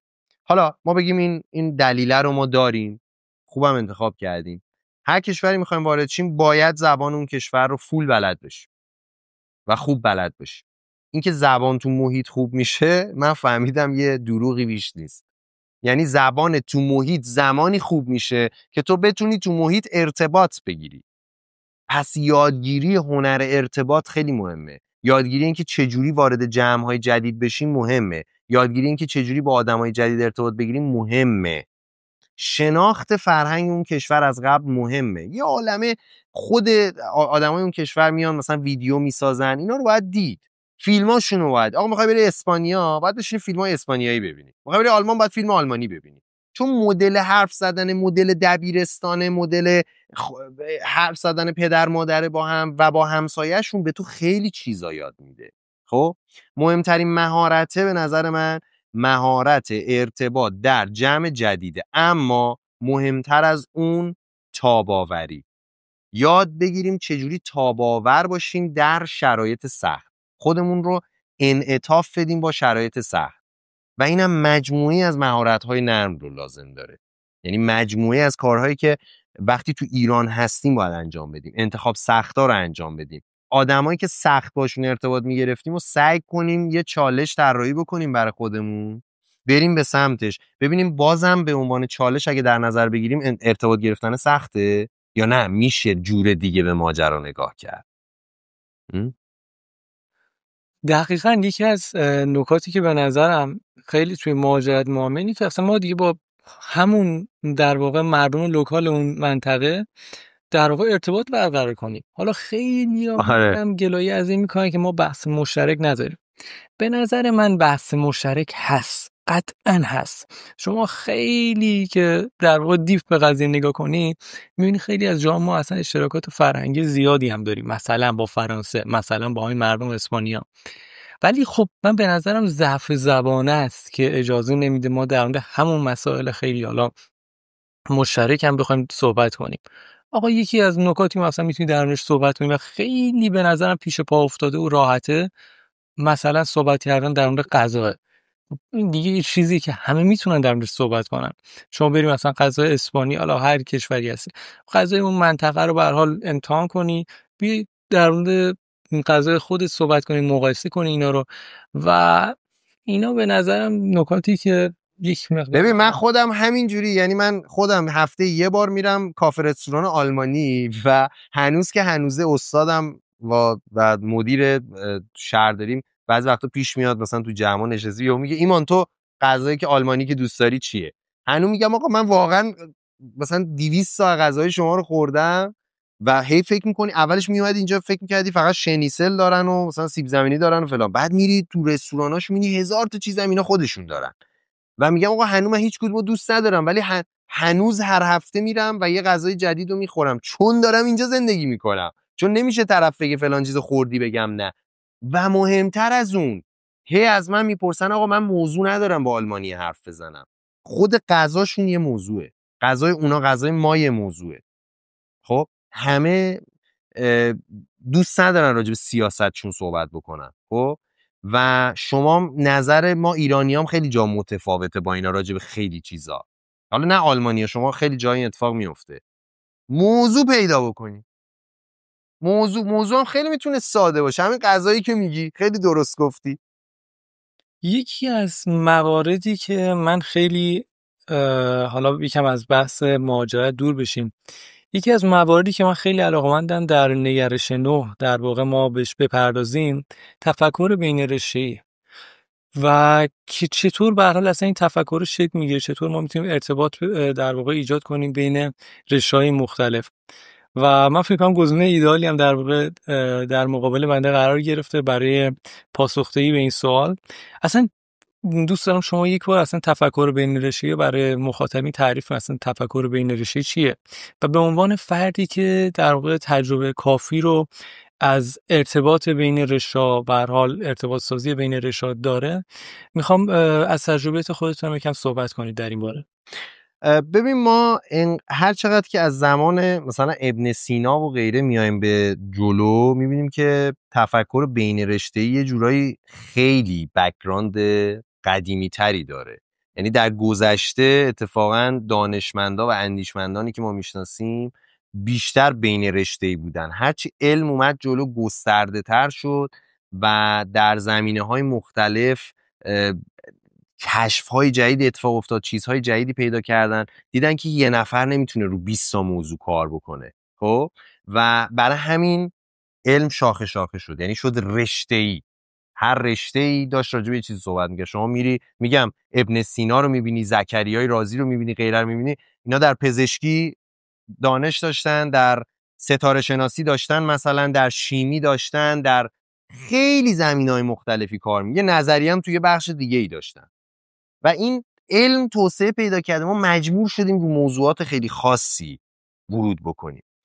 اما در خلال همین اتفاقاتی که افتاده دوباره دنیا به این نتیجه رسیده خیلی ساله که هر کدوم از این شاخه های علم در نهایت دارن خروجی هایی رو در زندگی ما تولید میکنن که اگر اینها با هم مرتبط نباشن بعضی وقتا نتایجشون با همدیگه دچار کانفلیکت و تناقض میشه. تفکر بین رشته‌ای یعنی ما چه نقاطی رو، برای من همونطوری که گفتم تمرکز من روی برندی به نام منه، روی خود فرده، حتی اگر ما داریم رشته انتخاب میکنیم و حتی اگر داریم مسیر شغلی انتخاب میکنیم، چه نقاط مشترکی در موضوعات مختلف وجود داره و با ما میتونه فصل اشتراکی پیدا بکنه که ما یک محصول جدید فکری برای خودمون تولید بکنیم.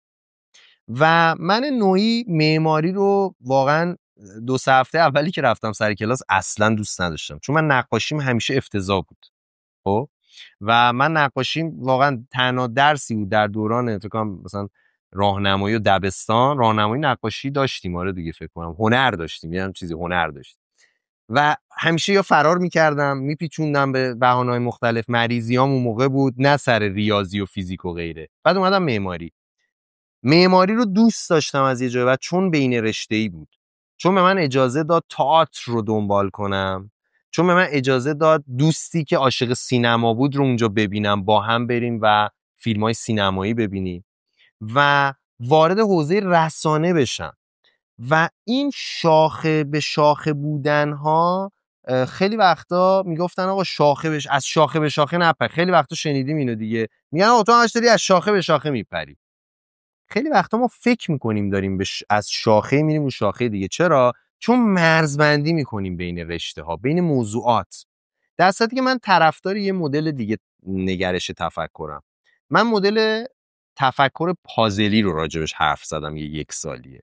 من میگم در نگرش بین رشته‌ای و کلا نگرش اصلا شغلی، یعنی اگر بخوای شما یه نگرش نو داشته باشی نسبت به شغلی که انتخاب میکنی، رشته‌ای که انتخاب میکنی، کسب و کاری که راه میندازی، باید برگردی گذشته، ببینی مجموعه تجربه هایی که داشتی که شاید بعضی آدم ها بگن شاخه‌ای در شاخه‌ای روی شاخه‌ای دیگر بوده، اینا هر کدومش به تو یک تیکه از یک پازل بزرگ رو داده.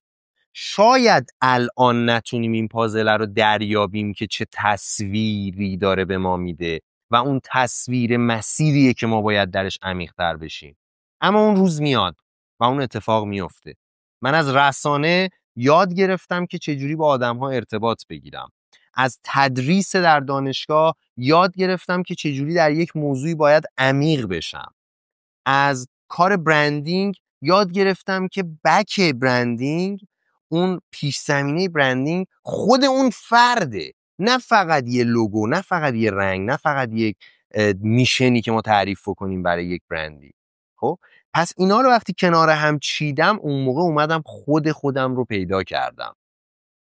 ولی ما اگه زودتر این خود رو پیدا بکنیم، آموزشش رو داشته باشیم، خب از اول میتونیم حتی شاخه های متفاوتی که انتخاب میکنیم رو هم اون نقطه ایش رو دست بذاریم که با ما خیلی نزدیکی بیشتری داره. اون وقتی که پازلمون شاید تصویرش رو بتونیم زودتر پیدا کنیم، تیکه های جدیدی از این پازل رو که میخوایم کنار هم بچینیم رو بتونیم مستقیم تر بریم دنبال بکنیم و در نهایت به نتیجه بهتری برسیم.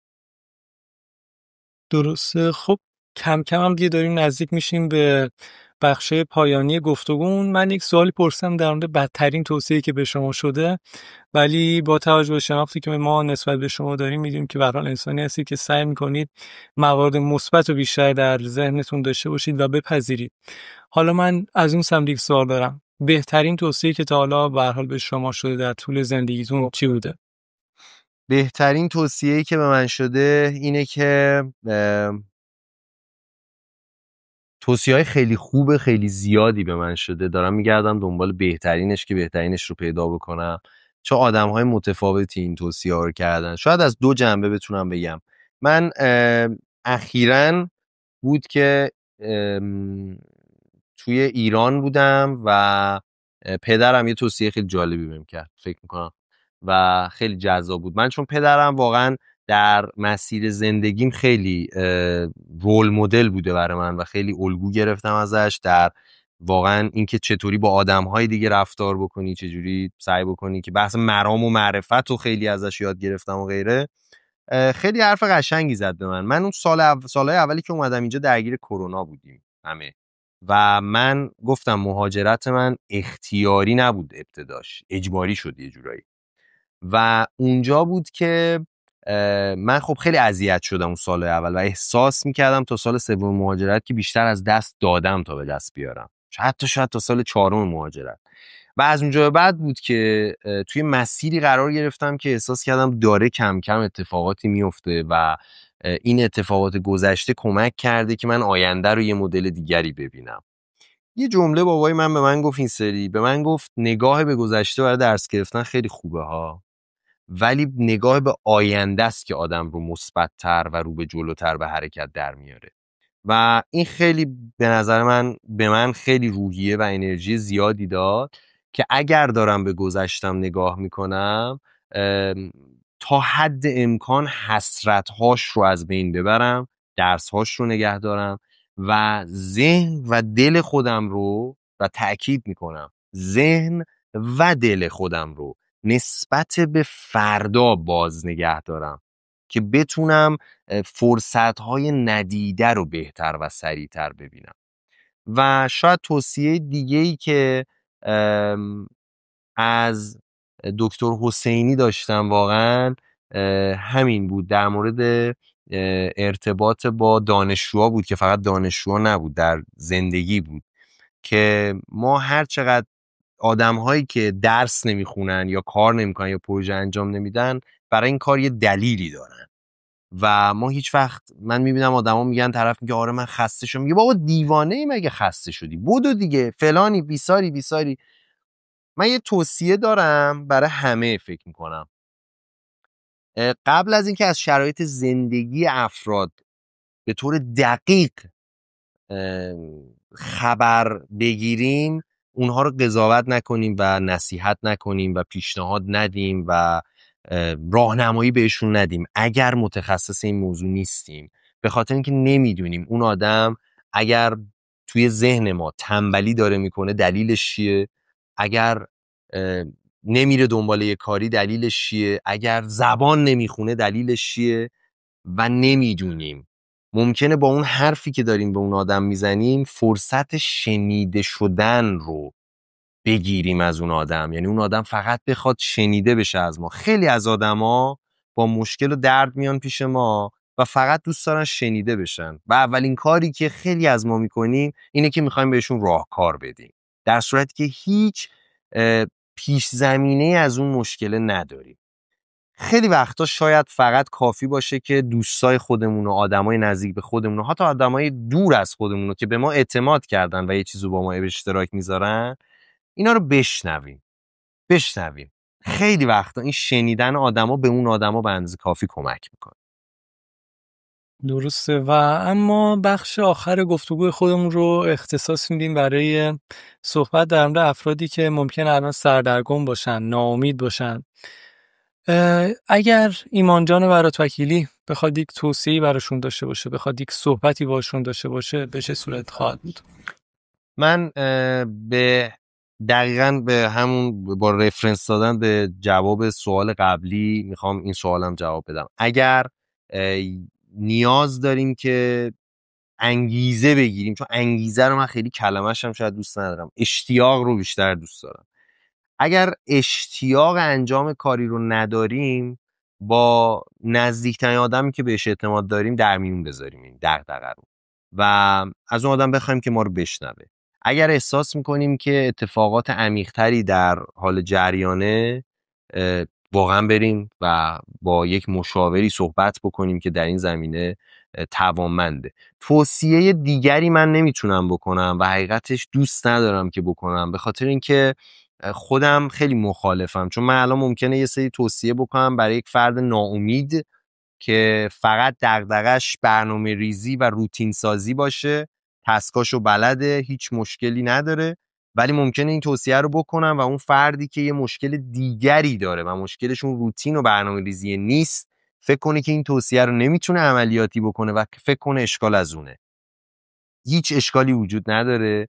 ماها مجازیم به شکست خوردن، ما مجازیم به اشتباه کردن و اگر اشتباه نکنیم، زمانی که اون انتخاب درست رو میکنیم نمیتونیم بفهمیم انتخاب درسته، چون عوامل تصمیم اشتباه و تصمیم درست در مسیر خودشون رو نشون میدن.